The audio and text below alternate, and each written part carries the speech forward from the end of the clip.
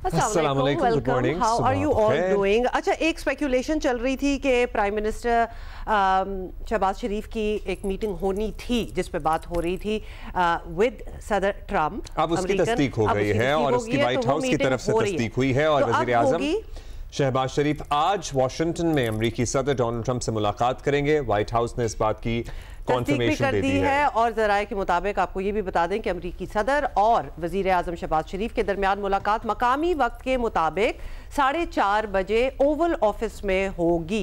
Oval office is his office, Trump's office in the white house, और वहाँ 4:30 बजे उनके 4:30 बजे हम अपना हिसाब अभी लगा रहे हैं। मुलाकात में आलमी और इलाकाई मामलात पर तफसीली गुफ्तगू भी मुतवक्के है। फील्ड मार्शल आसिम मुनीर का भी मुलाकात में शिरकत का इम्कान जाहिर किया जा रहा है। इससे पहले फील्ड मार्शल आसिम मुनीर से सदर ट्रंप की ज़ोहराने पर एक तवील मुलाकात हो चुकी है।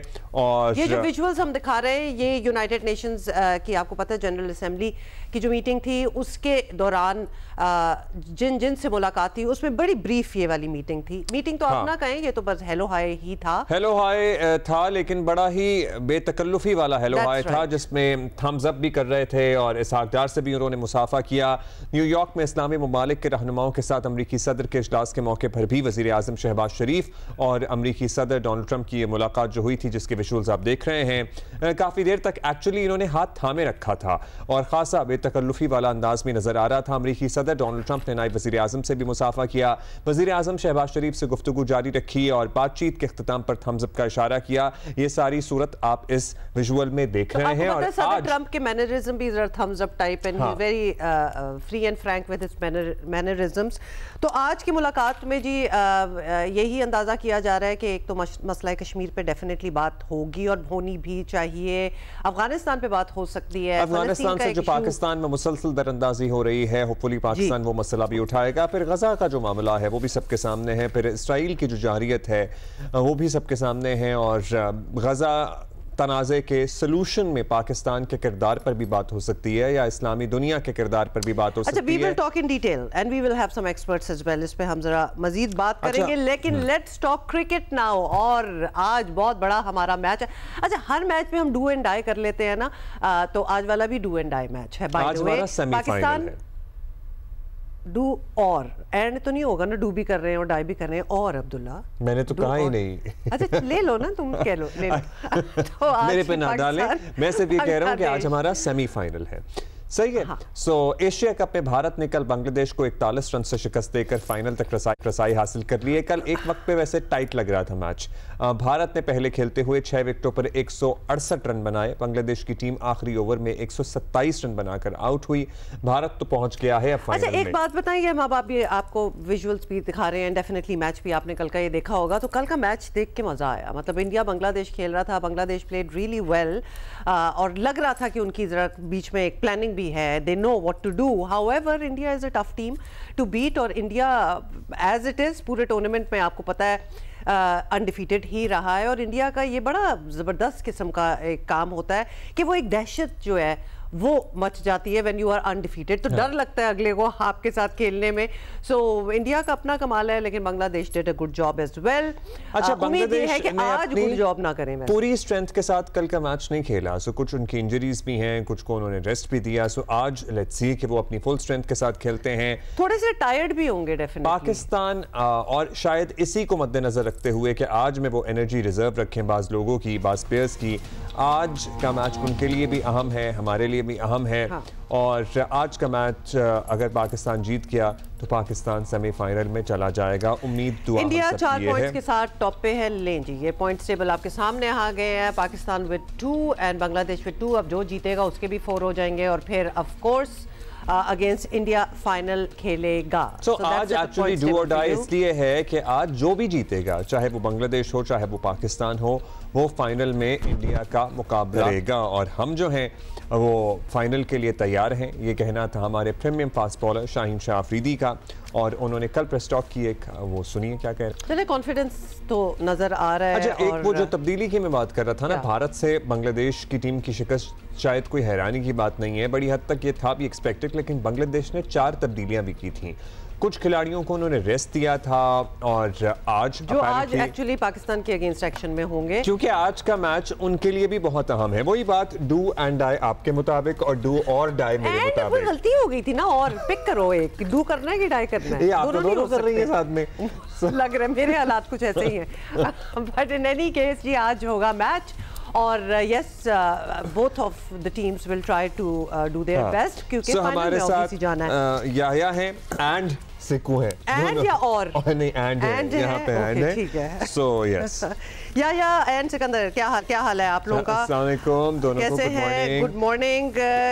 जरा सबसे पहले तो कल के पहले मैच के बारे में बात कर लेते हैं और सिकंदर सबसे पहले तो बताएं कि बांग्लादेश आपको कैसा नजर आया, because our match is against Bangladesh today और एक टफ हरीफ के खिलाफ। या देखो इंडिया इस वक्त वाकई बहुत अच्छा खेल रहा है बगैर किसी शक के। तो बांग्लादेश ने कुछ चेंजेस किए हैं, मुझे नहीं पता कि इंजरीज की वजह से किए, क्या वजह थी। कोई टीम में इतनी बड़ी चेंजेस, बड़े बड़े प्लेयर नहीं खेले। तो कह रहे थे रेस्ट करा रहे हैं, रेस्ट करा रहे हैं इस मैच में। वो अगर वो मैच जीत जाते तो बहुत ही बड़ी बात हो जाती है, उनको फिर सेमीफाइनल की जरूरत ही नहीं थी। उन्हें लग रहा था कि ज्यादा इम्कान उनका पाकिस्तान के अगेंस्ट जीतने में, इसलिए उन्होंने आज के लिए बचा के रखे हुए थे लड़के। अब मैं क्या कह सकता हूँ इस बात को। तो वही एक बड़ी अजीब सी चीज नजर आई थी कि ये लड़के जो हैं वो रेस्ट कर रहे हैं। मैं भी कल जब सुबह जब मैंने उनका देखा लाइनअप, मैंने कहा रही वो कहाँ चला गया, दास क्यों नहीं खेल रहा, दूसरा उनका एक फास्ट बॉलर है वो नहीं खेल रहा। तो I was a bit surprise हो गया था कैसा क्यों हुआ। मगर खैर एनीवे, हम जहाँ पर आप डू और डाई की बात कर रहे हैं, तो पाकिस्तान जहाँ पर भी खेलता है ना, वो एक डू एंड मतलब है कि वो ये जो मजा रखता है पाकिस्तान की क्रिकेट के अंदर कि अब क्या होगा, अब क्या होगा। तभी हम ये नहीं कह सकते कि पाकिस्तान ने ये किया होगा बस हम स्ट्रेट जीत जाएंगे, या हमेशा कोई ना कोई एक सस्पेंस क्रिएट रखता है। तो ये सस्पेंस अभी भी है। अब ये नहीं है कि पाकिस्तान के लिए एक ही मैच रह गया फाइनल, नहीं, अभी उसको ये भी खेलना है, जीतना है। दूसरा मैच भी इंशाल्लाह जब फाइनल में पहुंचेंगे उसकी भी वो जीतने की पूरी कोशिश करेगा। तो पाकिस्तान का जो बेस्ट पार्ट है वो यही है कि वो एक सस्पेंस क्रिएट रखता है कि अब क्या होगा, अब क्या होगा। हम सब जागे रहते हैं आपके मतलब उनको खुद को पता हो कि क्या होगा, क्योंकि there are times when the team gets on to the ground और लगता है वो भी क्लूलेस हैं थोड़े से कि वो क्या कर रहे हैं। जो हाइपरटेंशन है इसमें हमारा टीम का कितना कंट्रीब्यूशन है शुरू से, मतलब शुरू से हम देख लें 90s से देख लें हमारे मेंटल हेल्थ इश्यूज। याया के पास जाएंगे। याया भाई अस्सलाम वालेकुम। याया भाई बताइएगा कि क्या टीम खिला रहा है बांग्लादेश और हम कोई का तब्दीली कर रहे हैं या नहीं कर रहे, और कल जो ये रेस्ट की बात थी, लिटन दास तो चले इंजर्ड थे, लेकिन क्या क्यों रेस्ट दिया था उन्होंने अपने कुछ अहम प्लेयर्स को कल? सबसे पहले तो वालेकुम अस्सलाम अब्दुल्ला और अस्सलाम वालेकुम हुमा और सिकंदर बख्शा। और आपने ये जो बात, बांग्लादेश ने अपने 3 प्लेयर्स कल नहीं खिलाए। लुटन दास जो उनके कैप्टन थे, साइड स्ट्रेंथ था उनको, और उसके अलावा उनके जो फास्ट बॉलर हैं तास्किन और शरफुल इस्लाम, वो तो लास्ट मैच में 45 उनको हुए थे। लेकिन जो उनके कोच हैं वेस्ट इंडीज के फिल सिमंस, जो एक सोच हो सकती है उनको शायद ये पता हो कि यहाँ पर जोर लगाने का कोई फायदा है नहीं, तो उन्होंने सोचा कि फाइनल के लिए जो मैच है पाकिस्तान के साथ वो सेमीफाइनल है। तो चूंकि गर्मी बहुत है इधर, तो शायद एक वजह ये हो सकती है कि उन्होंने अपने फास्ट बॉलर को बैक टू बैक, क्योंकि कल रात को वो मैच खेले थे और आज फिर उनको मैच खेलना है, तो उन्होंने इस हीट में अपने फास्ट बॉलर की एनर्जी को जो है बचाकर पाकिस्तान के खिलाफ आजमाने का फैसला किया है।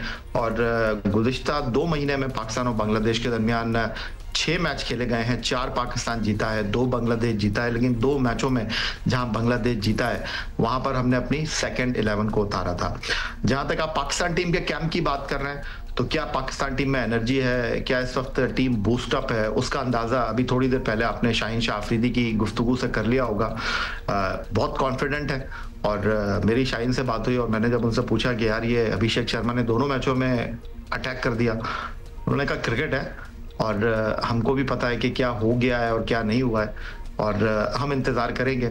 और जिस तरह उन्होंने कहा कि हम आए ही एशिया कप जीतने के लिए, तो ये जो साउंड कर रहे हैं ये पूरी पाकिस्तान टीम इस वक्त साउंड कर रही है। इंशाल्लाह कि इस वक्त और हमारी पूरी सपोर्ट टीम के साथ है और हम पूरा बैक पे खड़े हैं, पूरी कौम खड़ी है अपनी टीम के साथ। अच्छा, अभिषेक शर्मा को ना अभी तक ऐसा लग रहा था कोई क्रैक नहीं कर पा रहा, क्योंकि हर एक के लिए वो वबाले जान बने हुए हैं, हम समेत बांग्लादेश के लिए भी। लेकिन वो कल 7 रन पे आउट होते होते बचे इसलिए क्योंकि उनका अहम कैच कीपर ने ड्रॉप कर दिया। अगर वो कैच ड्रॉप ना होता तो मैच का नतीजा भी कुछ और हो सकता था। व्हाट डू यू थिंक याया? कल इंडिया ने फिर कैच ड्रॉप किया है अब्दुल्ला, और आपने अभिषेक शर्मा की बात की तो देखिए इंडिया की टीम ने होम ग्राउंड पर यहाँ आने से पहले इंग्लैंड को 4-1 हराया था, और उसके बाद अब इस टूर्नामेंट में जिस तरह की कारकर्दगी का उन्होंने मुजाहरा किया, कल उन्होंने अपने मिड ऑर्डर में काफी रद्दोबदल किया। नंबर 3 कर शिवम दुबे को उन्होंने भेजा। इंडिया में बहुत ज्यादा डिस्कस हो रही है कि उन्होंने विकेट कीपर संजू सैमसन को बहुत लेट ऑर्डर में बैटिंग कराई। उसके अलावा उन्होंने अपने कप्तान को भी नीचे रखा। उनके कप्तान से रन हो नहीं रहे हैं जिस तरह हमारे कप्तान से रन हो नहीं रहे। लेकिन जो इम्पोर्टेंट चीज है अब्दुल्ला, वो मैं आपको बताऊं कि आपने जिस तरह बात की इस वक्त अभिषेक शर्मा की कि कल उनका कैच ड्रॉप हो गया। पाकिस्तान और इंडिया के मैच को लेकर बहुत ज्यादा एक्साइटमेंट है यहाँ पर दुबई में। पहले 2 मैचों में हाउसफुल नहीं था, लेकिन इस वक्त आपको वही माहौल दिखाई देगा जो पाकिस्तान और इंडिया के मैच में होता है। ठीक है, उन्होंने हमसे हाथ नहीं मिलाया, ठीक है, टॉस के वक्त उनके कप्तान जो है वो उधर मुंह कर लेते हैं। शायद हमें अब इसकी जरूरत है नहीं, हम यहाँ पर हाथ मिलाने आए नहीं हैं, हम यहाँ कप उठाने आए हैं। इस वक्त टीम के खिलाड़ियों का ये जज्बा है, और बड़ी कवि उम्मीद है हमारे चेयरमैन क्रिकेट बोर्ड जो कि एशियन क्रिकेट काउंसिल के सरबराह भी है सैयद मोहसिन नजर नकवी साहब, होपफुली वो फाइनल के मेहमान खुसूसी होंगे। अच्छा, हम तो याहिया हम फाइनल तक पहुंच गए हैं, अभी तो बीच में एक और मरहला भी है, और while we hope for the best we can go anywhere। हमने इन द पास्ट ये भी देख लिया। थोड़ा सा कंपैरिजन भी हम चाहेंगे सिकंदर, अगर हम कर सकते हैं। कल बांग्लादेश का मैच जो था वो बतौर कैप्टन was it उनका पहला मैच था एज अ कैप्टन, कुछ ऐसा ही है, because we want a comparison between their captain and our captain and the decisions being made. Sikandar, देखो हमारा कैप्टन जो है वो तो उसको भी पहली दफा जो है ये मौका मिला है कप्तानी करने का, और उसने पहले कभी कप्तानी नहीं की। हमने ही बैठ के टीवी पे यहाँ पे जियो पे बोला था कि उसको ट्राई कर सकते हैं, कि उसका जो कैरेक्टर नजर आता है फील्ड के अंदर बहुत अच्छा नजर आ रहा था, strong body language test cricket के अंदर। और उसमें तो हमारी इसलिए कि हमारे पास कोई कैप्टन की चॉइस नहीं है, बाबर नहीं है और उनको हम आजमा चुके हैं, रिजवान को आजमा चुके हैं, शाहीन का भी इशू था, तो कोई कप्तान की जरूरत थी। तो हमने उनको रेकमेंड किया कि यार हम अपने जियो पर भी बैठ करके यार इसको ट्राई करके देख सकते हैं, लगता लड़का बड़ा सोबर और इस तरह है, तो वो उन्होंने किया। मगर थोड़ा सा उनमें अभी तक कप्तानी का जो है ना, जो फड़क जो होनी चाहिए कि आउट ऑफ द बॉक्स सोचना, इस किस्म की चीजें नजर नहीं आई उनके। खुद अपनी बैटिंग का जो फॉर्म है वो नजर नहीं आई। मगर ये है कि हम ये सारी गलतियां हमारी है। देखिए अभी भी हमने कोई वाइस कैप्टन नहीं रखा, हमें कप्तान बनाने होते हैं और कप्तान चेक करने होते हैं, देखने होते हैं, तो उसके लिए वाइस कैप्टन जो होता है वो बड़ा इंपॉर्टेंट रोल करता है। मैंने जो है क्रिकेट बोर्ड को ये एडवाइस की भी है कि अगर आप हर एक सीरीज में एक वाइस कैप्टन बनाए ताकि और उनको एक मैच दें कप्तानी करने का, then that's how you will find out कि उसके अंदर कप्तानी के जर्म्स है ही नहीं। हर कोई कप्तान नहीं बन सकता, you has to be there. तो थोड़ा सा ये हमारे साथ इशू जरूर चला है जी। वैसे हारिस भी हमारे पास जो फर्स्ट क्लास में सलमान से ज्यादा कप्तानी कर चुके हैं, अंडर 18 में भी कप्तानी कर चुके हैं। अच्छा, हम सिकंदर आपसे एक सवाल करना चाहते हैं, और जगह नहीं है ना अब तो, हाँ। उनकी अपनी जगह पक्की नहीं है ना, तो वो आप जाहिर है उनकी भी नहीं है। अगर वो रेगुलर कीपर खेल रहे हैं तो जगह तो बनती है। एक सवाल, हम कप्तानों की परफॉर्मेंस पे भी बात करते हैं कि कप्तान बनाने होते हैं, लेकिन ये जो हमारे स्टार्स होते हैं, जो हमारे फॉर्मर स्टार्स होते हैं, उनका किरदार भी ज़रा अगर हम रोशनी डालें इसमें, क्योंकि ये अभिषेक शर्मा और इन लोगों को जो हमने सोशल मीडिया शुभमन गिल की परफॉर्मेंस के बाद इनको जब फॉलो करना शुरू किया तो आपका एल्गोरिथम वैसा आना शुरू हो जाता ना, तो 50 मुझे ऐसी वीडियोस नज़र आ गई जिसमें युवराज सिंह जो हैं यूवी और उनके वालिद साहब वो बता रहे हैं इन लड़कों का जर्नी कि इनको यूवी ने किस तरह लिटरली अडॉप्ट किया, अपने बच्चों की तरह अपने घर में रखा, इन पे कर्फ्यू भी लगाया।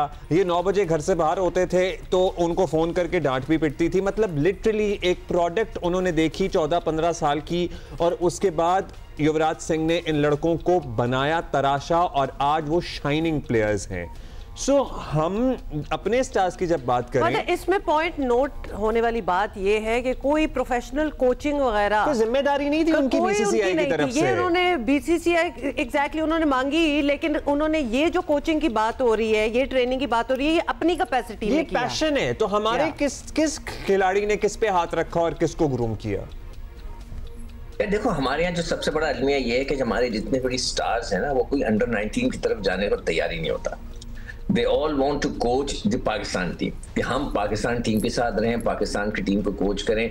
आप ये देखेंगे किसी बड़े के वहाँ पे इंडिया में द्रविड़ ने अंडर 19 की टीम को काफी अरसा 2-4 साल उसने उनकी कोचिंग की है, उनको बनाया है। ये बहुत इंपॉर्टेंट होता है कि जो बड़ा खिलाड़ी, जो स्टार है, वो अंडर 19 बच्चों के साथ रहे, वो उनकी बातें सुनते हैं, वो जो अंडर 19 के बच्चे हैं। तो ये जो प्रोडक्ट इसने, मैंने भी ये देखा था उसका, युवराज सिंह का, तो हो सकता है उसके इलाके का बच्चा हो और उसने उसको देखा। वो क्लब क्रिकेट भी खेलते हैं, हमारे यहाँ तो क्लब क्रिकेट ही नहीं होती। हमारे यहाँ तो लोग ये जो करते हैं और अपने मुल्क के लिए कुछ करना चाहते हैं, मतलब वो सिर्फ ओहदा नहीं चाहते बीसीसीआई से।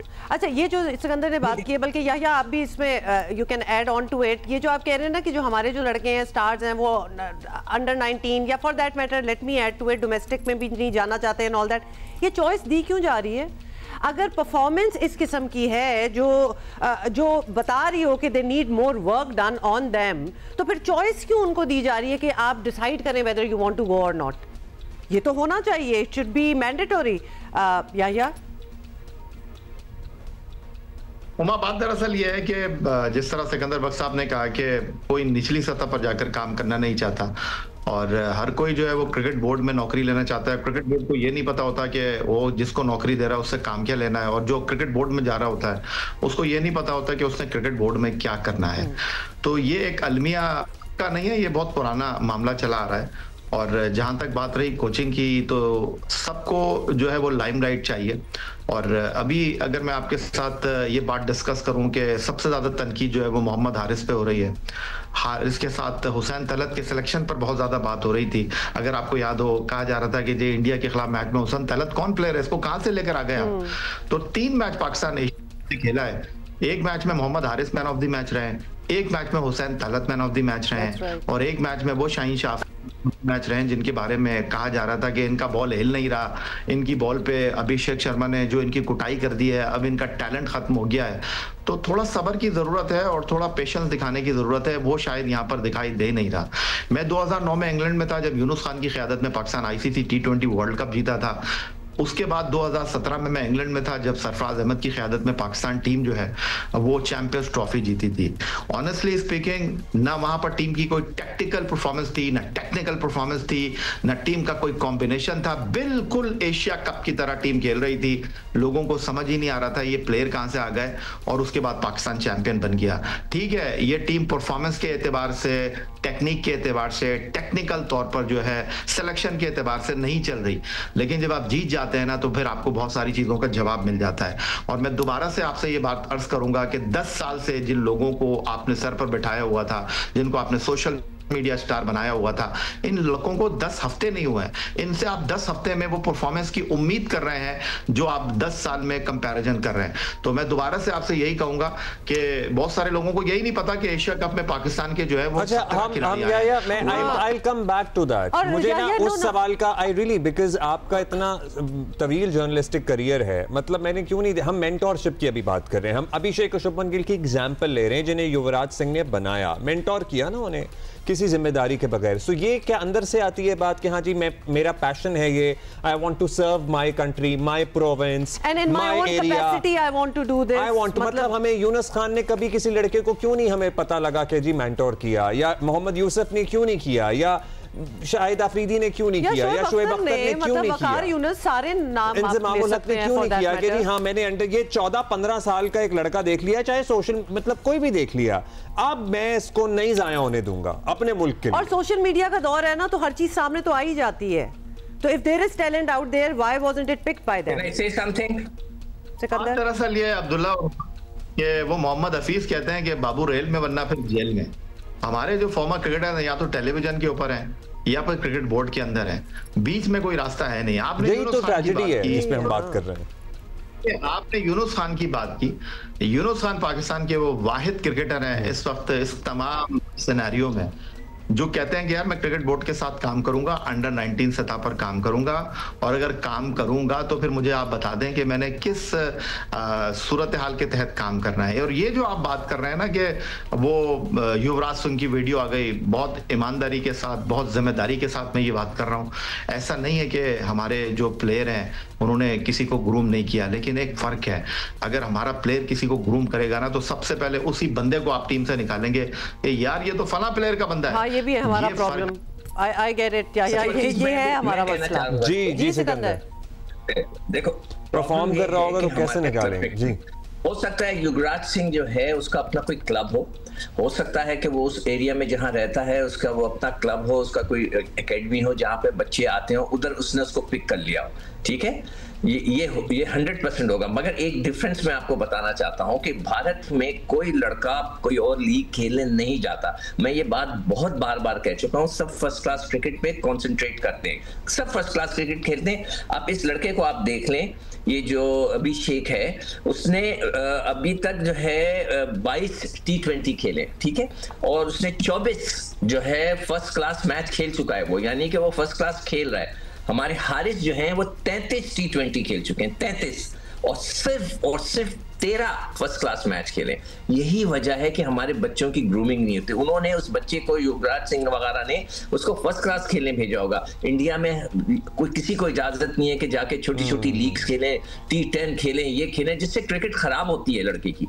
लड़का बनता फोर्ड है क्रिकेट से, आप उठा के देख लें, मैंने रिकॉर्ड बना के रखा हुआ है जो T20 वर्ल्ड कप हुआ था। और एक और भी पॉइंट है कि हमारे जो स्कूल कॉलेज लेवल पे क्रिकेट का खात्मा हुआ है ना, मतलब हमारे स्कूल जो है वो on purpose built in campuses से कोठियों और बंगलों में शिफ्ट हो गए हैं, और हम सबके बच्चे ऐसे ही स्कूलों में जाते हैं जिसको कैंपस कहना भी शर्मनाक बात है। मतलब उसमें ना कोई ग्राउंड होता है, ना स्विमिंग पूल होता है, ना कुछ और होता है। This is also a tragedy. ये हमारा पूरा तालीमी निजाम और उसके साथ जुड़ा स्पोर्ट्स का निजाम है जिसके बहुत सारे फ्लॉज हैं। बिल्कुल सही कह रहे हो अब्दुल्ला, ये बहुत बड़ा फैक्ट है। क्लब क्रिकेट खत्म। जी सर।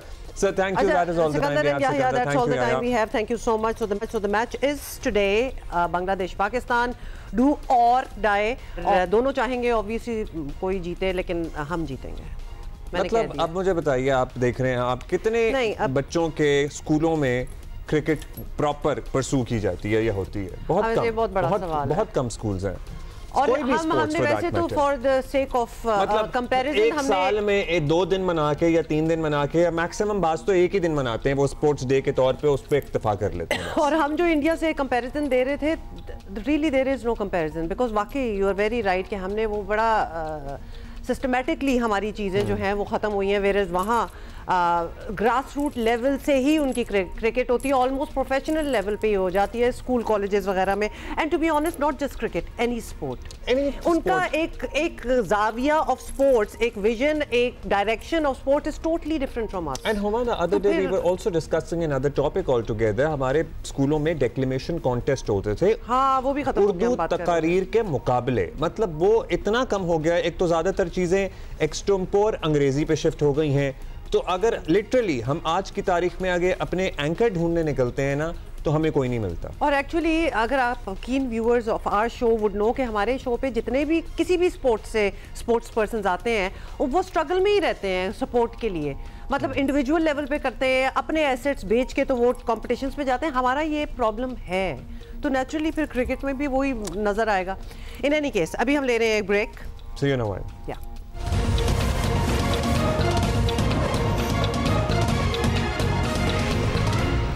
वेलकम। अच्छा जी, आपको बताएं कि इक़वाम मुत्तहिदा जनरल असम्बली इजलास के अंदर और बाहर एक ही बात हो रही है, और वो है फ़लस्तीन को आज़ाद रियासत बनाने की, फ़लस्तीनियों को किसी तरह इजरायली जुल्म और बर्बरियत से निजात दिलाने की। और अहम बात यह है कि पाकिस्तान इन कोशिशों में नुमाया नज़र आ रहा है, और इन मुलाकातों में कुछ उम्मीद अफजा इशारे जो हैं वो भी ज़रूर मिल रहे हैं। मशरक़ वस्ता के लिए अमरीकी नुमाइंदा ख़ुसूसी का कहना है कि मशरक़ वस्ता और गज़ा में अमन के लिए सदर ट्रंप का 21 नुकाती मंसूबा अक़वाम मुत्तहिदा जनरल असेंबली इजलास के साइड लाइन्स में कुछ रहनुमाओं को दे दिया गया है। तो ये बात हो रही है। उन्होंने कहा कि हम पुरुमीद बल्कि पुरयकीन हैं कि आने वाले चंद रोज़ में गज़ा से मुताल्लिक किसी न किसी ब्रेक थ्रू का ऐलान कर सकते हैं। अमरीकी सदर ट्रंप से इस्लामी मुल्कों के सरबराहों से होने वाली मुलाकात में वज़ीर आज़म शहबाज शरीफ भी पेश रहे। अमरीकी सदर ट्रंप ने इस मुलाकात को कामयाब करार देते हुए कहा था कि इसराइल के सिवा तमाम बड़े प्लेयर्स से उनकी मुलाकात कामयाब रही है। वज़ीर आज़म शहबाज शरीफ का कहना है कि सदर ट्रंप से मुस्लिम रहनुमाओं की मुलाकात का मुश्तरका एलामिया जारी हो चुका है। अगला मरहला अमल दरामद का है। न्यूयॉर्क में सहाफ़ियों से गुफ्तगू में कहा गया कि अक़वाम मुत्तहिदा जनरल असेंबली में तमाम इशूज़ पर बात करूँगा। स्टेटमेंट तो आज इशू हो गया है ना, आपने देख लिया। अभी डिप्टी प्राइम मिनिस्टर जा रहे हैं मीटिंग में, उसी ग्रुप की मीटिंग में, उसमें जो जॉइंट स्टेटमेंट आया है उस हवाले से अब इसको किस तरह इम्प्लीमेंट करना है, एक्शन प्लान जी, उसके ऊपर आज उम्मीद है गुफ्तगू होगी।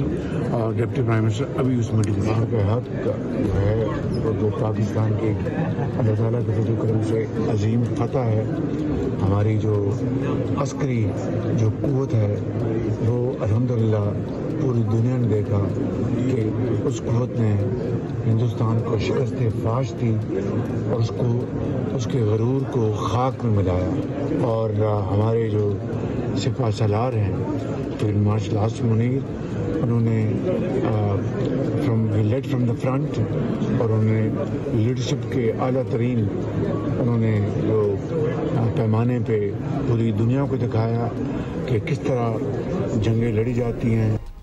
और ये भी हम आपको बता चुके हैं कि ओवल ऑफिस में आज सदर ट्रंप और वज़ीर आज़म शहबाज शरीफ की मीटिंग भी बाय द वे इसमें सहाफ़ियों को आने की इजाज़त नहीं है, बिहाइंड क्लोज़ डोर्स की मुलाकात होगी। एजाज चौधरी साहब सीनियर सफारतकार हमारे साथ मौजूद हैं, उनसे बात करते हैं। बहुत शुक्रिया एजाज साहब, अपने वक्त। एजाज साहब, सबको अंदाज़ा था कि जनरल असेंबली के इजलास और उसके इर्द गिर्द बहुत सी मुलाकातें होंगी और गज़ा का इशू जो है वो मरकज़ निगाह रहेगा। सब इस पर बात करेंगे, इसका हल तलाश करने की कोशिश करेंगे। अमरीकी सदर मुसलमान ममालिक के सरबराहान से मुलाकात के बाद खासे पुरुम्मीद तो थे, लेकिन हम ज़ाहिर है कितना ही इस पर बात कर सकते हैं कि वो इजरायली मफादात पर कॉम्प्रोमाइज़ भी नहीं करेंगे, ये भी एक हकीकत है। क्या ऐसे हालात में उम्मीद रखें कि कुछ जल्द हो जाएगा, कुछ हल की तरफ बात जाएगी? मुझे तो कोई ऐसी उम्मीद अफजा खबर वहां से नहीं नजर आई। आज भी मैं अभी अल जजीरा में देख रहा था कि 50 फलस्तीनी उन्होंने और आज शहीद कर दिए हैं।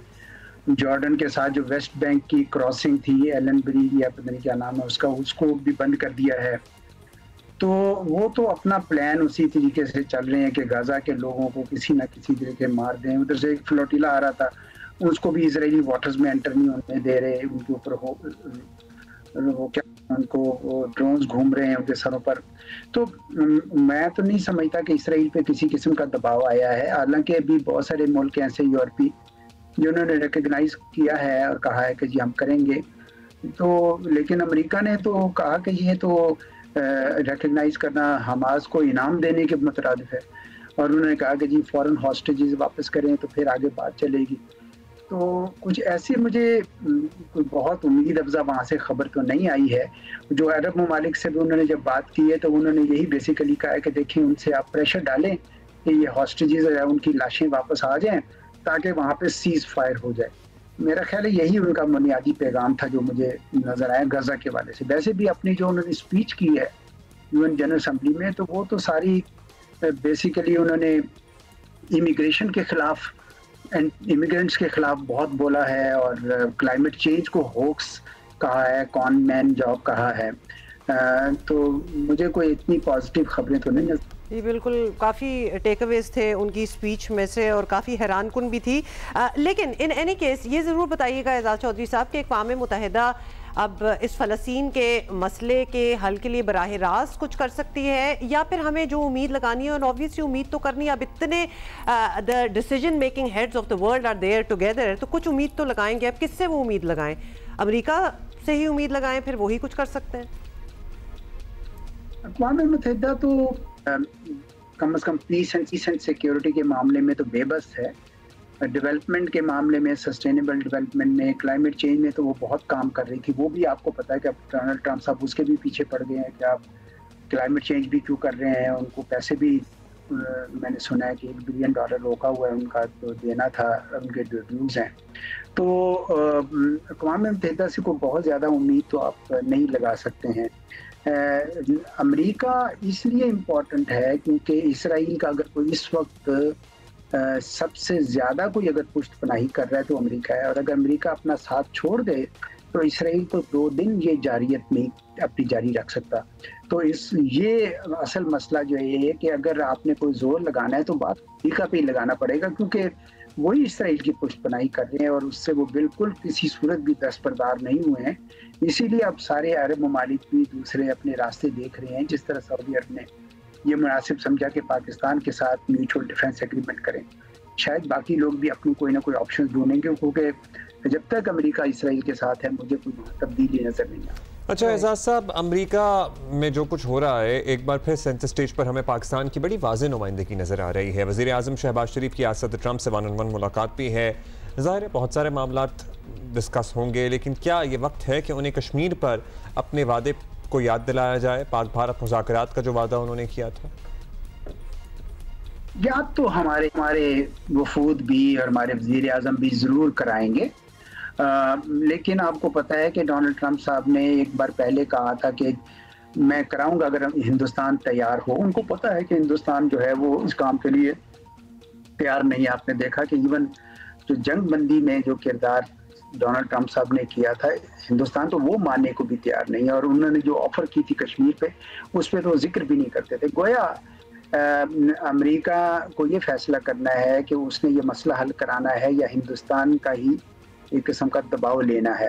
लेकिन चूंकि उनके लिए, अमेरिका के लिए, उनके अपने नेशनल इंटरेस्ट में यार इतनी बड़ी चीज़ नहीं है, इसलिए शायद वो अपना पॉलिटिकल कैपिटल इंडिया के साथ इस्तेमाल ना करें, उन पर वो दबाव ना डालें। तो बहरहाल यही कुछ सूरत हाल है इस वक्त। तो यही लग रहा है कि पाकिस्तान तो ये उठाता रहेगा मसला और उठाना भी चाहिए, लेकिन हिंदुस्तान की तरफ से मुझे कोई ख़ास नहीं नज़र आ रही।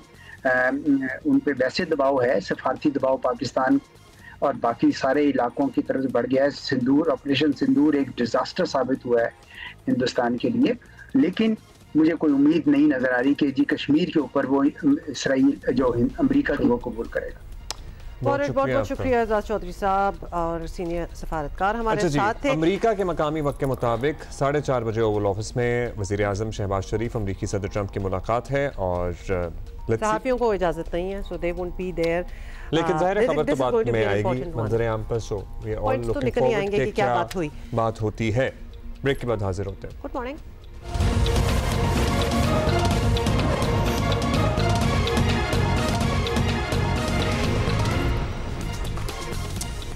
अच्छा जी, सैलाब से मुतासर इलाकों की अपडेट आपको पता है हमने पहुंचानी होती है और हम पहुंचाते रहेंगे जब तक सूरत हाल नॉर्मलाइज नहीं होती। हमारे कॉरेस्पॉन्डेंट्स जो हैं वो हमें बताते हैं कि एग्जैक्टली क्या हो रहा है। सबसे पहले ठट्टा जाएंगे, डाउन स्ट्रीम आ रहा है पानी, ठट्टे पे हमें अरसद मौजूद हैं, शाहिद सिद्दीकी वो हमें बता रहे हैं।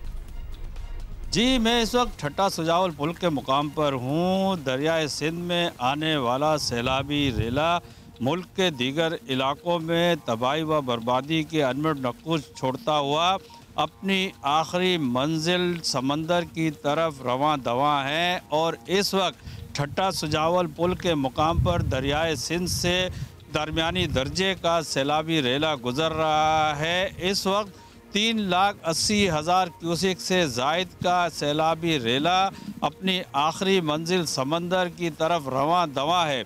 ये सैलाबी रेला कोटरी डाउन स्ट्रीम में भी जो कच्चे के देहात थे, 10 से जायद देहात जो है वो ज़ेरे आब आ गए हैं, जबकि सैकड़ों एकड़ पर उनकी फसलें भी जो है ज़ेरे आब आ गई हैं। इस वक्त जो यहाँ पर जो मुतासरीन है वो मुख्तलिफ बंदों पर मौजूद हैं, लेकिन इंतज़ामिया की जानिब से उनकी इमदाद के लिए कोई जो है नहीं इंतज़ाम किया गया है, वो खुले आसमानों तले मौजूद हैं। शुक्रिया आपका शाहिद भाई। और सो बैड, वो बच्चे को मतलब वैसे तो हर किसी के लिए मुश्किलात हैं और पानी and everything, but it's a difficult life as it is. आम दिनों में भी ना ये ज़िंदगी ज़रा मुश्किल है। अभी हम कहाँ जा रहे हैं? अब हम जी आपको लेके जा रहे हैं मिठियारी और अब्दुल रज़ाक हमारा इंतज़ार कर रहे हैं, बताइएगा। जी बिल्कुल, इस वक्त दरियाए सिंध ज़िला मटियारी से गुजरने वाले कच्चे के इलाके में सैलाबी सूरत हाल है। मैं इस वक्त भी कच्चे के इलाके में मौजूद हूँ और कश्ती में सवार हूँ। मेरे अकब में भी आप देख सकते हैं कि सिर्फ पानी ही पानी है और ये कच्चे का इलाका है जो मुकम्मल तौर पर ज़ेरे आब आ गया है। इस कच्चे के इलाके में अगर हम बात करें तो मईशत को सबसे बेहतर करने वाली जो कपास की फसल है और दीगर फसलें हैं, ज़राअत है, वो इस वक्त यहाँ पर मुकम्मल तौर पर तबाह हो गई है, जिसके बाद सिंध को एक बड़ा नुकसान पहुँचा है। अगर इसी तरह जो कच्चे के इलाके में रहने वाले मकीनों को और देहातों की बात करें तो उनके गाँव भी मुख्तलिफ देहात ज़ेरे आब आ गए। जो यहाँ पर ज़मींदारे बंद लगाए गए थे वो भी कई मकाम पर टूट गए, क्योंकि इस वक्त जो है दरमियाने दर्जे का सैलाब है और 4 लाख क्यूसेक पानी का जो रेला है वो इस वक्त दरियाए सिंध, ओल्ड हाला, मटियारी, न्यू सईदाबाद, भानोट के मकाम से गुजर रहा है। सक्खर से आने वाला जो पानी है वो इस वक्त मटियारी की हुदूद कच्चे के इलाके में मौजूद है और पानी जो है इस वक्त कोटड़ी बैराज की जानिब डाउन स्ट्रीम की जानिब जा रहा है। Alright, there you go. ये आपने हालात देख लिए और ब्रेक के बाद हाजिर होंगे।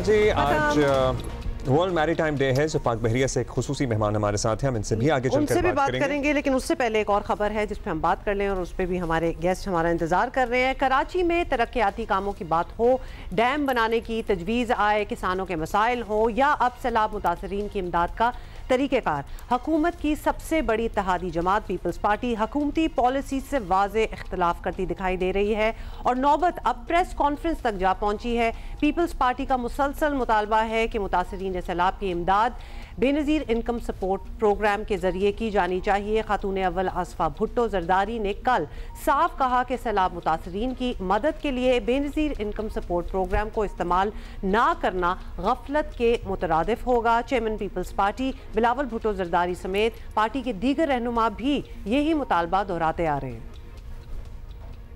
हमने जो पिछले एक्सपीरियंस इसी शहबाज शरीफ साहब की जब हम हुकूमत के इत्तेहादी थे पिछले सैलाब में, तो हमने फौरी तौर पे जब लोग मुतासिर हो रहे थे, रास्ते बंद पड़े हुए, मुश्किल हालात में, उन हालात में हमने बेनज़ीर इनकम सपोर्ट प्रोग्राम के थ्रू डायरेक्टली मुतासिर लोग बलोचिस्तान में, मुतासिर लोग जनूबी पंजाब में, मुतासिर लोग सिंध में, उनको हम माली मदद पहुँचा सके। तो इसलिए मैंने वज़ीर आज़म से बात की, रिक्वेस्ट की। अभी तक उनकी हुकूमत ने बेनज़ीर इनकम सपोर्ट प्रोग्राम को इस्तेमाल करके अपने जो गिलगित बल्तिस्तान के अवाम है, जो पख्तूनख्वा के अवाम है, जो जनूबी पंजाब और पूरे पंजाब से लोग मुतासिर हुए हैं, दूसरी जगहों पे जो मुतासिर हुए होंगे, उनको माली मदद पहुँचाने के लिए जो शफाफ तरीन और वाहिद तरीक़ेकार है वो बेनज़ीर इनकम सपोर्ट प्रोग्राम का मंसूबा है। पंजाब में पीपल्स पार्टी के रहनुमाओं नदीम अफजल चंद और चौधरी मंसूर हुसैन ने कल हुकूमती पॉलिसियों के खिलाफ प्रेस कॉन्फ्रेंस की। दोनों रहनुमाओं ने पंजाब हुकूमत की ज़राअत से मुताल्लिक पॉलिसियों पर तनकीद की।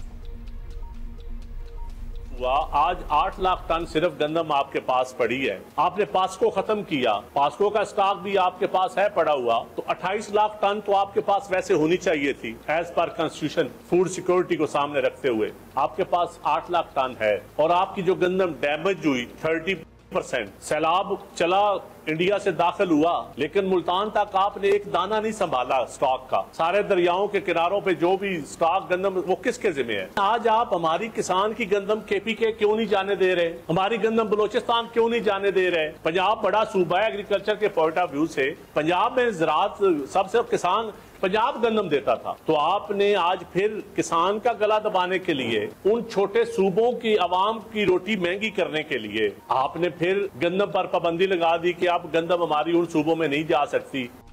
अच्छा जी, ये आपने सुन लिया और साथ ही आपको बताएं कि वफाकी हुकूमत समेत पंजाब हुकूमत मुतासरीन सैलाब की इमदाद अपने तरीके से करना चाहती है। वज़ीर इत्तलात पंजाब आज़मा बुखारी कहती हैं ज़रूरी नहीं कि सिर्फ सैलाब से वही लोग मुतासर हुए हैं जो बेनज़ीर इनकम सपोर्ट प्रोग्राम में रजिस्टर्ड हैं, इसलिए ऐसा मुतालबा करना ही गलत है बकौल उनके। और पीपल्स पार्टी पर तंज के तीर चलाते हुए कहा कि वो इतने ही सियाने हैं तो पंजाब में आज उनकी ये हालत ना होती। सुनिए क्या कहा। ये जो रिलीफ कार्ड बनेंगे जी, चीफ मिनिस्टर साहिबा का जो है वो रिलीफ कार्ड एक वो होगा, ताकि लोगों को कोई लाइन में ना लगना पड़े, किसी को कोई तकलीफ ना हो, और आसानी के साथ, इज़्ज़त के साथ उनके कार्ड जो हैं वो उनके नाम पे इशू होंगे, जिसको वो किसी भी जगह पर जाकर जो है वो इस्तेमाल कर सकते हैं और पैसे बाहर निकलवा सकते हैं। और दूसरी बात ये है कि भाई बिस्प का कानून है, ये कानून के तहत बिस्प बना था, और कानून ये है कि बिस्प के जो बेनिफिशरीज हैं जो सर्वे के अंदर मौजूद हैं उनको इमदाद जाती है। अब मुझे ये बताइए, जो लोग इस सर्वे के अंदर हैं ही नहीं, जो बिस्प के बेनिफिशरी नहीं हैं, उनको बेनिफिशरीज को बिस्प के जरिए जो है वो कैसे इमदाद दी जा सकती है? हर चीज़ पे सियासी पॉइंट स्कोरिंग अच्छी नहीं होती। खुदा के लिए किसी जगह पर तो जो है सियासत को थोड़ा साइड पर रख के खिदमत की तरफ काम कर लें। वफाकी हुकूमत के तर्जुमान हो या मुस्लिम लीग नून के दीगर रहनुमा आमतौर पर यही कहते हैं कि BISP से उन्हें कोई इशू नहीं है, मगर अमली तौर पर ऐसा लग रहा है कि पूरी तरह शायद मुस्लिम लीग नून को इस प्रोग्राम पर एतमाद नहीं है या कुछ सियासी वजूहात हैं। दूसरी तरफ ये सवाल भी बनता है कि पीपल्स पार्टी आखिर सैलाब मुतासरीन की इमदाद के लिए बिस्प ही के इस्तेमाल पर जोर क्यों दे रही है? आज लाखों अफराद सैलाब से मुतासर हैं, जिसमें एक्चुअली बहुत से लोग ऐसे होंगे जो बिस्प में रजिस्टर्ड नहीं होंगे। सो उनका क्या होगा? पंजाब में सबसे ज़्यादा नुकसान हुआ है और ये मामला इंसानी हमदर्दी का है। मकसद हम सबका यही होना चाहिए कि लोगों की मदद हो, किसी भी सियासी पॉइंट स्कोरिंग के बगैर। जो है ना कि वो that has been working very fine for the past many years. In fact काफ़ी फॉरेन जो मीडिया आउटलेट्स हैं उन्होंने इस पे रिसर्च भी की है, so it has worked well. इसको अगर एक्सपेंड किया जाए, that's another way to go about it. In any case Rana Sanaullah हमारे साथ हैं, मुशीर वज़ीर आज़म बराए सियासी अमूर हैं, उनसे बात कर लेते हैं। राना साहब, पीपल्स पार्टी का इसरार है कि सैलाब ज़दगान की मदद बेनज़ीर इनकम सपोर्ट प्रोग्राम के ज़रिए की जाए। वो बाकायदा शिकवा कर रहे हैं कि ऐसा क्यों नहीं हो रहा। तो ये सवाल तो खैर बन रहा है, और उधर पंजाब और वफाकी हुकूमत जो है वो भी डटे हुए हैं कि इस प्रोग्राम के तहत तो कुछ नहीं करेंगे। क्या मसला है आपको इस प्रोग्राम से? पहले तो ये बता दें, और ये मसला पीपल्स पार्टी को समझाया क्यों नहीं जा रहा? क्या अभी कोशिश नहीं की, बात नहीं हुई इस पे? देखिए, इसमें न तो कोई शिकवे वाली बात है और ना कोई डट जाने वाली बात है। ये दरअसल मीडिया में जो है वो इस बात को इस तरह से जो है वो दिखाया जा रहा है। ये एक स्पोर्ट है, लेकिन ये स्पोर्ट जो है वो कोई ऐसी नहीं है कि जो उनको खुद कफील बना दे।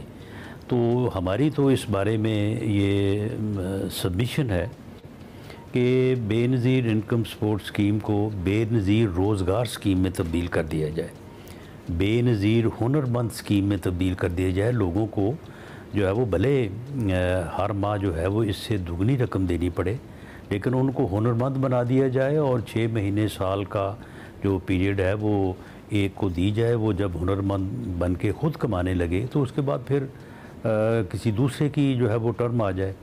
तो इसमें ज़रूरी है कि उसकी कुछ परसेंटेज को जो है वो इस तरह जो है वो कन्वर्ट किया जाए। सुनने में आया है कि कुछ इस किस्म की स्कीम जो है वहाँ पे ज़ेरे गौर भी हैं। तो ये सैलाब ज़दगान का जो मामला है, देखें वो तो हर जगह पे जहाँ सैलाब आया है तो वहाँ पे एक इंडिपेंडेंट सर्वे हुआ है, एक इंडिपेंडेंट डेटा जो है वो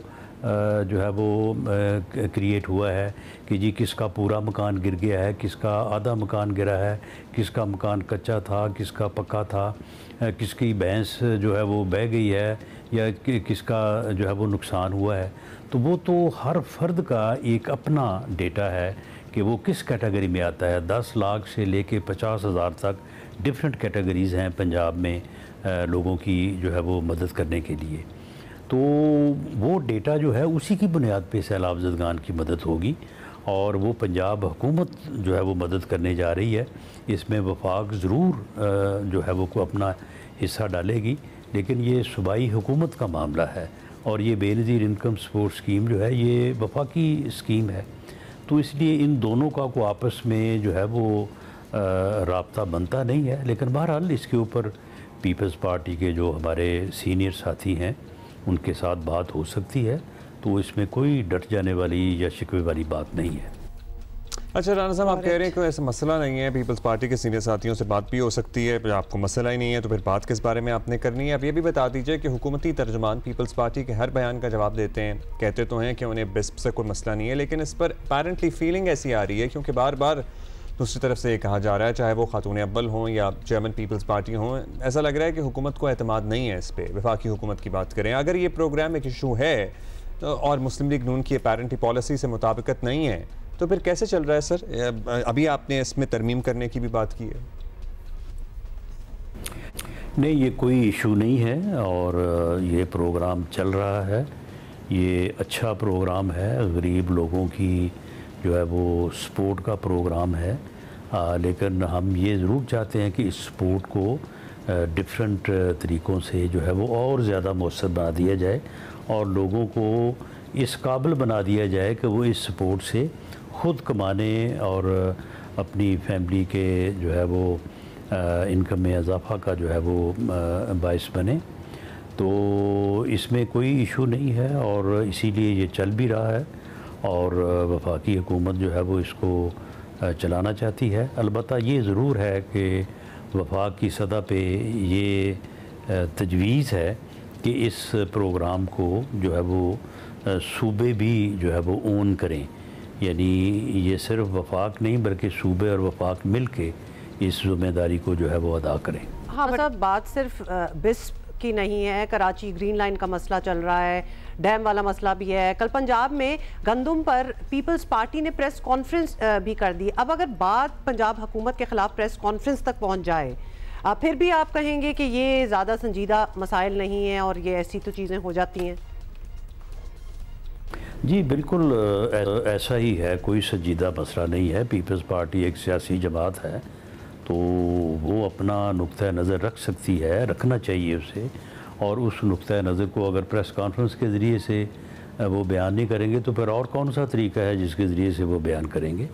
तो अगर उनका कोई नुक्ता नज़र है, उनकी राय है, तो बिल्कुल उनको उसे सरफेस करना चाहिए, बताना चाहिए।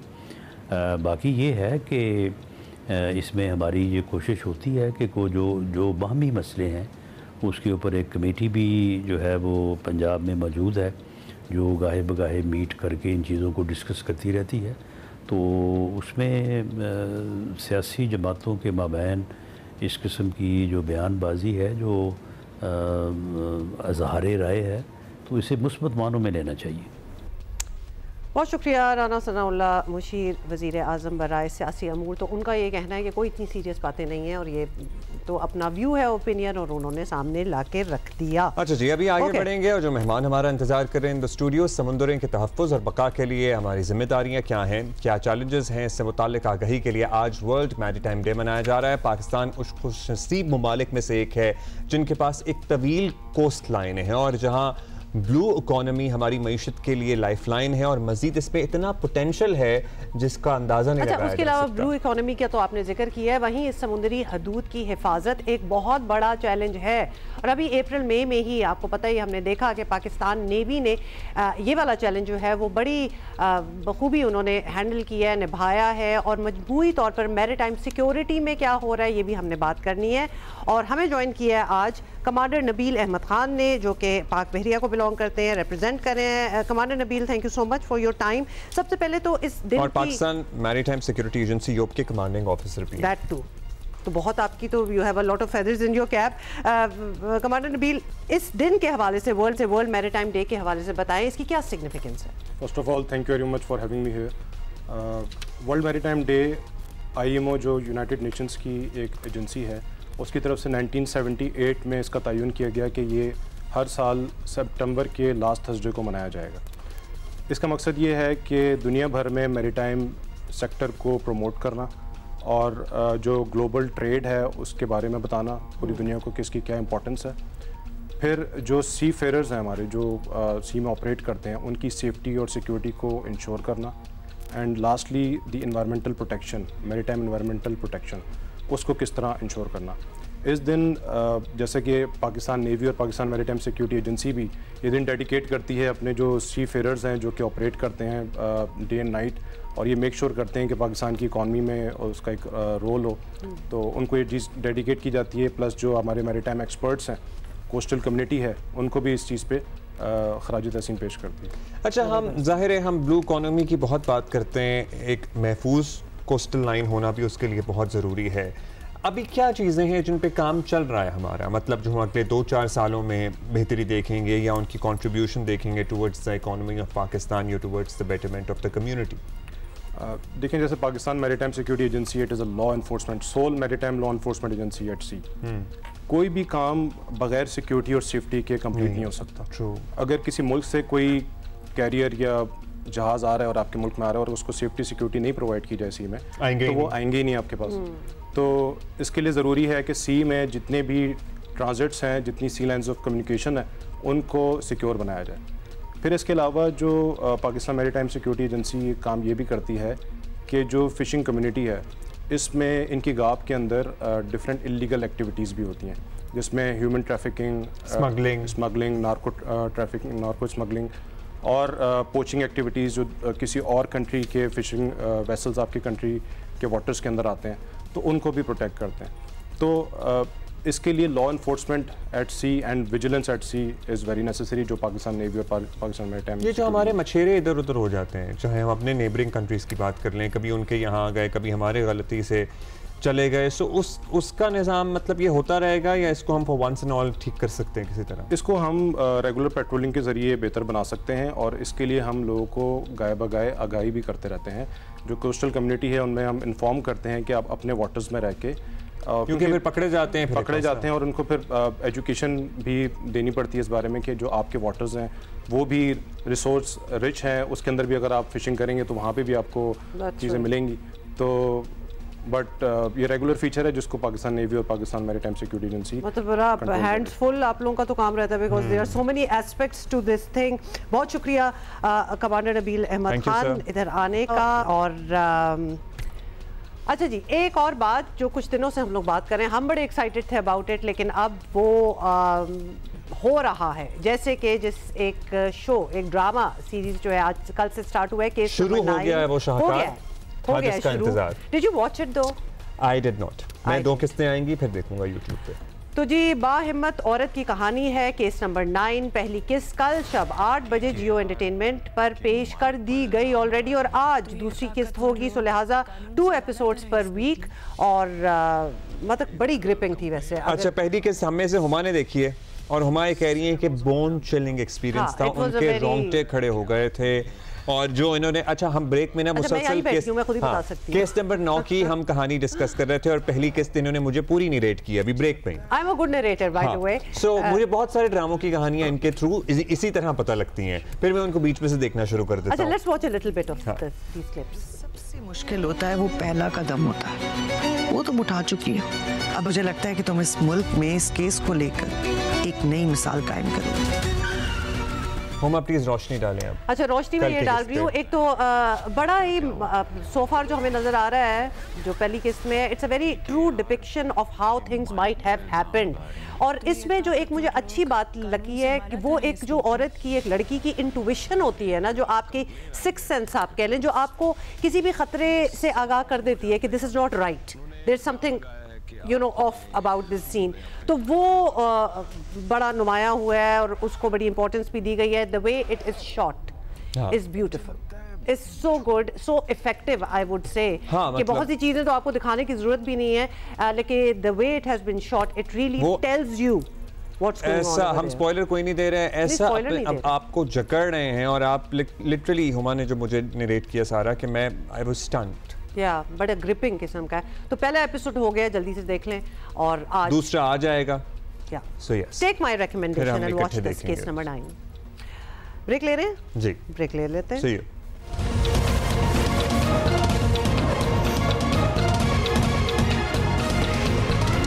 अच्छा जी, कुछ दिनों से हम सर्विकल कैंसर की वैक्सीन की बात कर रहे हैं और हमें ऐसा पता नहीं क्यों लग रहा था, एटलीस्ट मुझे, कि हम इसकी बात करेंगे और लोग कन्विंस हो जाएंगे कि कितनी इंपॉर्टेंट है और ज़रूरी है लगवाने की। लेकिन बात भी हो रही है, कुछ लगवा भी रहे हैं, लेकिन हमेशा की तरह एक सस्पिशन भी साथ साथ चल रहा है कि हम क्यों लगवाएं, क्यों हमें कोई मुफ्त में लगा रहा है। मतलब ये हमारा प्रॉब्लम है। सो पोलियो के वक्त से तो हमने बहुत कुछ सीखा हुआ है, और फिर कोविड वैक्सीनेशन ने भी थोड़ा सा इसमें इस एतमाद में डेंट डाल दिया, बिकॉज अब बहुत लोगों को लगता है कि शायद ना ही लगवाते तो ठीक था। लेकिन this one is important. This is important क्योंकि इस पे बहुत सालों की रिसर्च है। दुनिया के 150 ममालिक में ये वैक्सीन लग चुकी है, इंक्लूडिंग तमाम ही इस्लाम मुल्कों की हम बात कर लें। इंडोनेशिया है, UAE है, कतर है, सऊदी अरेबिया है। हाँ, ये आपकी सवाबदीद है कि आप ये लगवाना चाहते हैं। बेहतर है आप अपने बच्चों को, अपनी आने वाली नस्ल को बचाना चाहते हैं इस कैंसर से, तो आप सर्टनली ये वैक्सीन लगाएं, क्योंकि ये वैक्सीन लिटरली, उस दिन वफाकी वज़ीर सेहत भी हमारे साथ मौजूद थे, उन्होंने कहा दुनिया इसको छोड़ने के लिए तैयार नहीं है, हमने लड़के इसकी एक सर्टेन क्वांटिटी मंगाई है, इसीलिए हम पूरे मुल्क में एक साथ सुनी शुरू कर सकेंगे। तो मतलब लगा लेनी चाहिए लोगों को, और सवाल करके, डेफिनेटली सवाल करने में कोई प्रॉब्लम नहीं है, समझ के लगवाएं और ना करें। लेकिन इस पे हम जरा मदद चाहिए, तो हमने शहजाद रॉय को आज इनवाइट किया अपने शो पे। समाजी कारकुन हैं, सेलिब्रिटी हैं, समाजी कारकुन हैं, फिलांथ्रोपिस्ट हैं। सो या शहजाद, वही जो एक्सपेक्टेड था, लोगों के बड़े सवाल हैं कि ये तो मतलब I will not perhaps going to detail, you will, कि लोगों को प्रॉब्लम क्या है इस वैक्सीन से? क्योंकि हमारे गवर्नमेंट स्कूल से किक ऑफ हुआ था ये, और ये बिल्कुल उनके वैलिड सवाल है कि क्या है HPV। बहुत सारे लोगों ने नाम ही नहीं सुना हुआ था, उन्होंने कहा हमें पता ही नहीं कौन सी बीमारी है तो हम लगवाएं क्यों, जो सर्वाइकल कैंसर होता है। लेकिन एक तो ये बात समझने की ज़रूरत है कि वैक्सीन जो है वो एक होती है बीमारी के बाद दवाई मिलती है, एक होती है दवाई जो बीमारी से पहले मिलती है। ये सारी कंट्रोवर्सीज क्रिएट होती हैं उन तमाम बीमारियों के लिए जिसकी वैक्सीन आप पहले प्रिवेंशन के लिए लगा रहे होते हैं। आपको याद होगा हेपेटाइटिस B जब शुरू में आया, हम बचपन में सबको लगा। आज आपकी पुलिस फोर्स के अंदर इतना हेपेटाइटिस B है कि आप सोच नहीं सकते, अब सारे बच्चों को बचपन में लग जाता है ये। आप हज पे जाते हैं, मेनिंजाइटिस का लगता है। इन तमाम से ज़्यादा ही कोई सेफ वैक्सीन है HPV, बिकॉज ये 150 मुल्कों में लग चुकी है, सालों से लग रही है, इतनी रिसर्च इस पर हो गई है, और ये वाहिद वैक्सीन है जो कैंसर को प्रिवेंट करती है, और कोई कैंसर की प्रिवेंशन नहीं है। तो लोग इसको कोविड से कंपेयर करते हैं, और बिल्कुल सही, इसका कोई कंपैरिजन ही नहीं है, क्योंकि कोविड तो हमें अभी भी नहीं पता उसके साइड इफेक्ट्स क्या हैं। कुछ अरसे तक हम देखते रहेंगे, बट ऑब्वियसली एक मास लेवल पर एक चीज़ आई थी तो कुछ लोगों ने लगवाई, कुछ ने नहीं लगवाई। बट HPV के ऊपर तो कोई डिबेट दुनिया में कहीं नहीं है। अमेरिका में भी आप देखते हैं वैक्सीनेशन के खिलाफ है बहुत सारे लोग, और मॉडर्न वर्ल्ड में भी देखते हैं। बट HPV एक ऐसी वैक्सीन है जिसकी ये बिल्कुल हेपेटाइटिस B है या मेनिंजाइटिस है, बल्कि ये ज़्यादा सीरियस उसके लिए, और बच्चियाँ हमारी बच जाएंगी। सिर्फ लोगों को ये होता है कि हमारे मुल्क में तो बीमारी नहीं है, बट आपको ये पता होना चाहिए कि पोलियो भी कम केसेस आ रहे हैं, बट एम्स्टर्डम ऑस्ट्रेलिया में ख़त्म हो गया ये HPV की वैक्सीन सबको लग के, सर्वाइकल कैंसर। सो यहाँ पर ख़त्म करने की बात कर रहे हैं। अगर बचाव के लिए एक तरीकाकार मौजूद है और आपको इसके लिए पैसे भी खर्च नहीं करने पड़ रहे, तो क्यों नहीं? क्योंकि औलाद से ज़्यादा प्यारी आपको क्या ही चीज़ होती है। सो व्हाई नॉट कि आप अपनी बच्ची को, आप अपने घर के किसी फ़र्द को ये वैक्सीन लगवाएं। अच्छा, आप अपने सरकारी स्कूल की बात कर रहे थे, खातून पाकिस्तान कॉलेज स्कूल में, मतलब क्या रिसेप्शन था? बच्चों ने सवालात किए, उनके वालिदैन ने पूछा, क्या परसेंटेज रही है आपकी वैक्सीन लगवाने की? देखिए, जब आप अवेयरनेस कर देते हैं तो हमारे यहाँ 9 से 14 की जितनी बच्चियाँ थी वो सब ज़्यादातर लगवाना चाह रही थी। बट इट्स सो सैड कि अचानक से जब ये कैंपेन शुरू हुई लोगों ने, तो हमारे अपने स्कूल से कुछ बच्चियों के पेरेंट्स पीछे हट गए कि हम नहीं लगवाएंगे। फिर उनको समझाया, बताया। तो ये कैंपेन जो है ये ख़तरनाक इसलिए क्योंकि अल्लाह ना करे अगर आपकी बच्ची को सर्वाइकल कैंसर हो जाए तो बचने के चांसेस जो है ना वो 20% हैं, क्योंकि 70% बच्चियाँ मर जाती हैं जब सर्वाइकल कैंसर होता है। सो ये अभी 5000 बच्चियों को पिछले साल हुआ, जिसमें से 3-3.5 नहीं सर्वाइव कर सकें। आप चाहते हैं कि ये 10 लाख लोगों को हो रहा हो, अभी 5000 पे, बिकॉज ये कंटेजियस है एक तरीके से, तो इसको यहीं पर रोका जा सकता है जैसे पोलियो को रोक लिया। और लोग जो कहते हैं कि फैमिली प्लानिंग का मसला है, ये है, ये तमाम चीज़ें बिल्कुल ही गलत है, क्योंकि ये सारी दुनिया में लग चुकी है, हमारे यहाँ तो सबसे आखिर में आई है।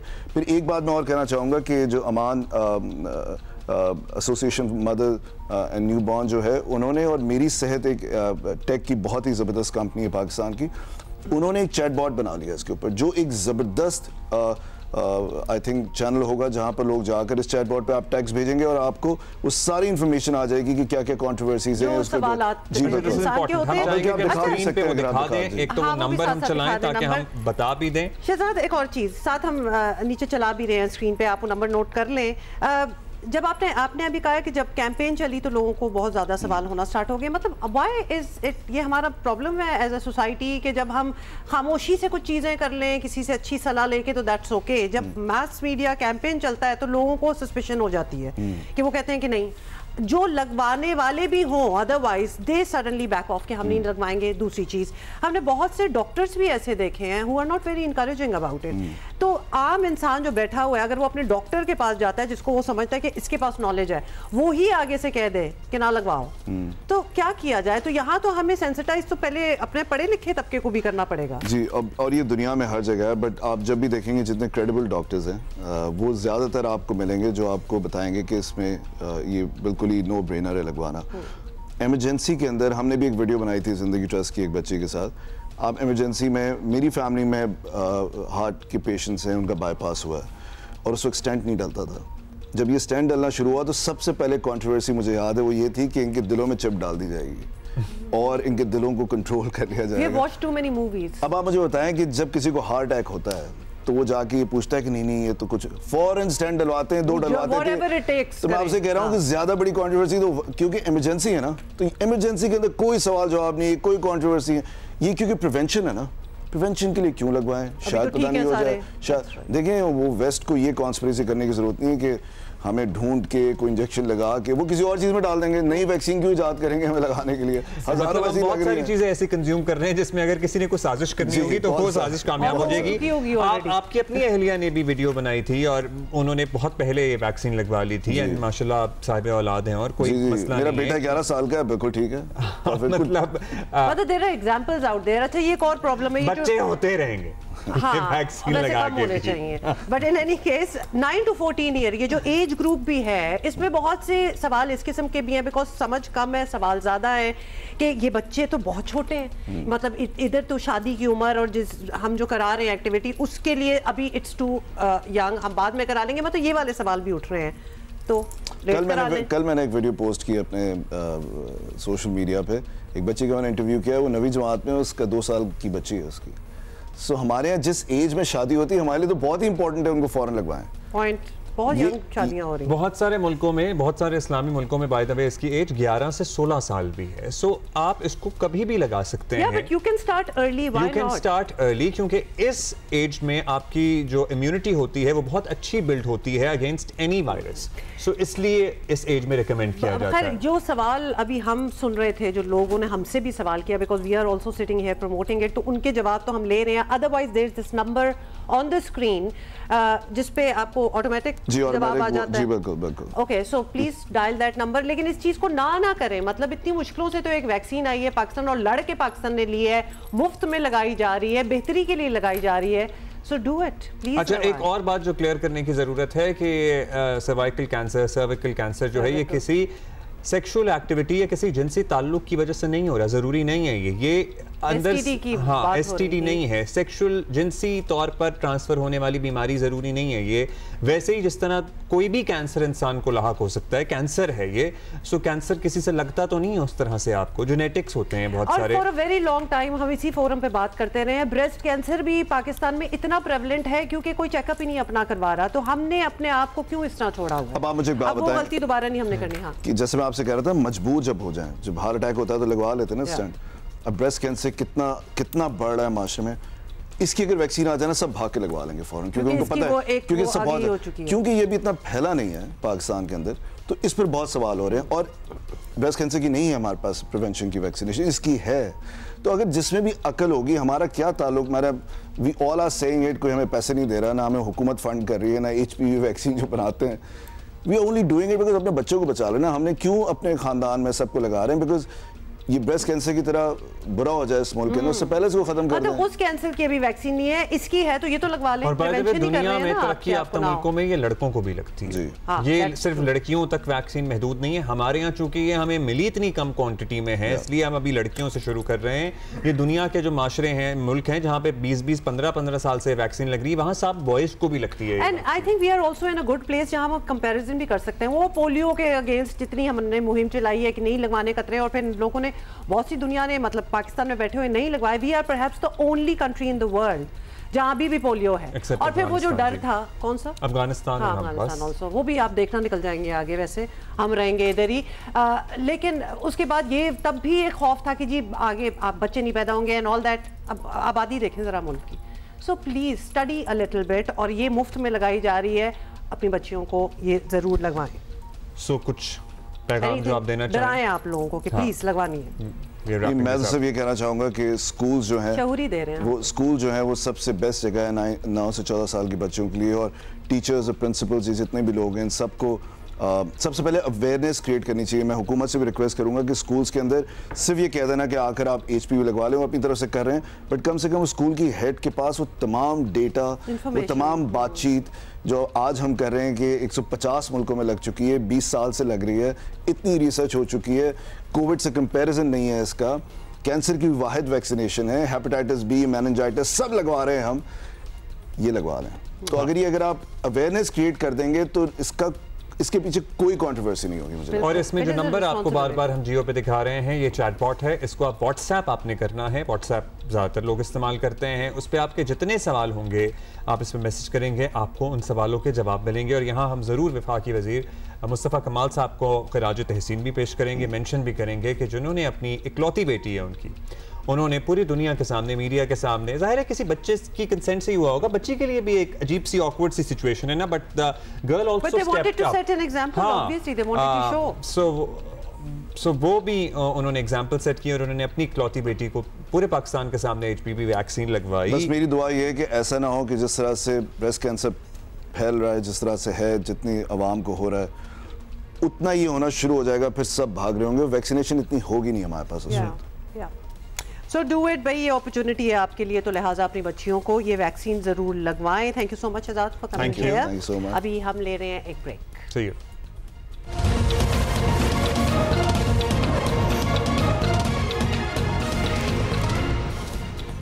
अच्छा जी, सिंध बिलखुसूस कराची में हैवी ट्रैफिक के हादसात मामूल हैं। सिर्फ कराची में रमसाल ट्रैफिक हादसात में 555 से ज़ायद अफराद जाँ बहक हुए हैं, जिनमें हैवी गाड़ियों की टक्कर से हलाकतों की तादाद 170 से भी ज़्यादा है। सिंध हुकूमत की तरफ से हादसात की रोकथाम के लिए गुज़श्ता चंद माह में कुछ कोशिशें की गईं। सिंध हुकूमत ने अब एक और कदम बढ़ाया है आगे। सिंध मोटर व्हीकल्स रूल्स 1969 में तरामीम की हैं। सूबे में भारी या हल्की कमर्शियल गाड़ियों को बगैर ट्रैकिंग और हिफाजती निज़ाम के चलने की इजाज़त हरगिज़ नहीं होगी।